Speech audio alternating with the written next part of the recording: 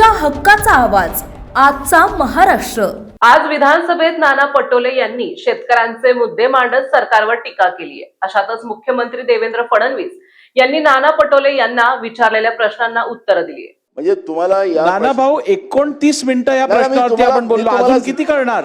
और 8 शेतकरी आत्महत्या करतात, लावली आहे ना, 3 वाजता बैठक लावली आहे, शेतकरी आत्महत्या करतात आहेत या सरकारच्या धोरणामुळे। मला प्रश्न वाचा, मी अध्यक्ष महाराज यांनी जो प्रश्न इथं दिलेला आहे पहिल्याच प्रश्नामध्ये राज्यात विशेषतः जालना, कोल्हापूर, अमरावती, लातूर, अकोला, नागपूर, नांदेड, चंद्रपूर या शासकीय हमीभावाने सोयाबीन खरेदी प्रक्रिया अद्याप सुरू न झाल्यामुळे बाजारपेठेत हमीभावापेक्षा कमी दराने सोयाबीन विकावं लागले असून चंद्रपूर जिल्ह्यात अतिवृष्टीमुळे कपासीचे नुकसान झाल्याने शासकीय कापूस खरेदी केंद्र सुरू झाले नसल्याचे माहे ऑक्टोबर 2025 मध्ये निदर्शनास आले। खरे आहे का?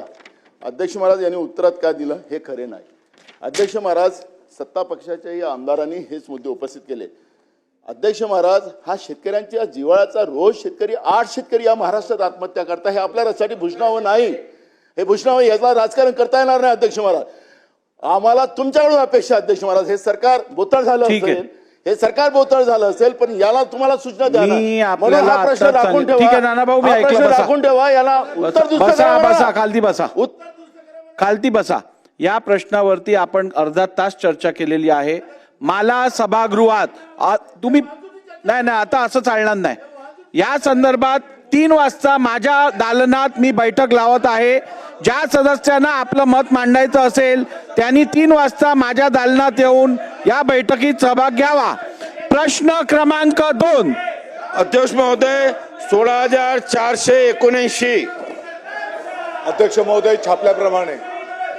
अध्यक्ष महोदय, विद्यार्थ्यांना विज्ञान क्षेत्राकडे प्रेरित करण्यासाठी शासनाने मुख्यमंत्री विद्यार्थी विज्ञानवारी ही योजना प्रस्तावित केलेली असल्याने उत्तरात दिले आहे। अध्यक्ष महोदय, माननीय अध्यक्ष महोदयाने रुलिंग दिलं आहे, शेवटी प्रश्न राखून ठेवून थोडे त्यातनं काही मार्ग निघणार आहे।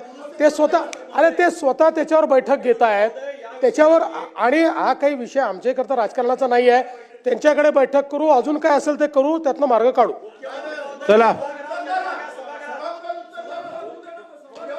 नाना भाऊ, असं आहे नाना भाऊ, सभागृहातल्या उत्तराने प्रत्येकाचं समाधान होईल असं नाहीये, आणि काही लोकांनी समाधान करूनच घ्यायचं नाही ठरवलं तर काय करता येईल।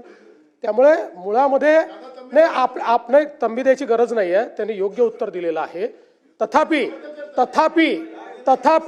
ऐका नाना भाऊ, अशा प्रकारचा विषय प्रश्नोत्तराच्या तासात त्याचा निर्णय होऊच शकत नाही। कसा होऊ शकेल? म्हणून अध्यक्षांनी स्वतः पुढाकार घेतला, आणि अध्यक्षांनी या ठिकाणी स्वतः जर सांगितलेलं आहे की मी बैठक घेतो, तर मग आपण त्या बैठकीत विषय मांडून ते विषय पार करून घेतले पाहिजे। नाना भाऊ, मी बैठकीतही शासनाला गरज पडल्यास योग्य निर्देश देऊ शकतो।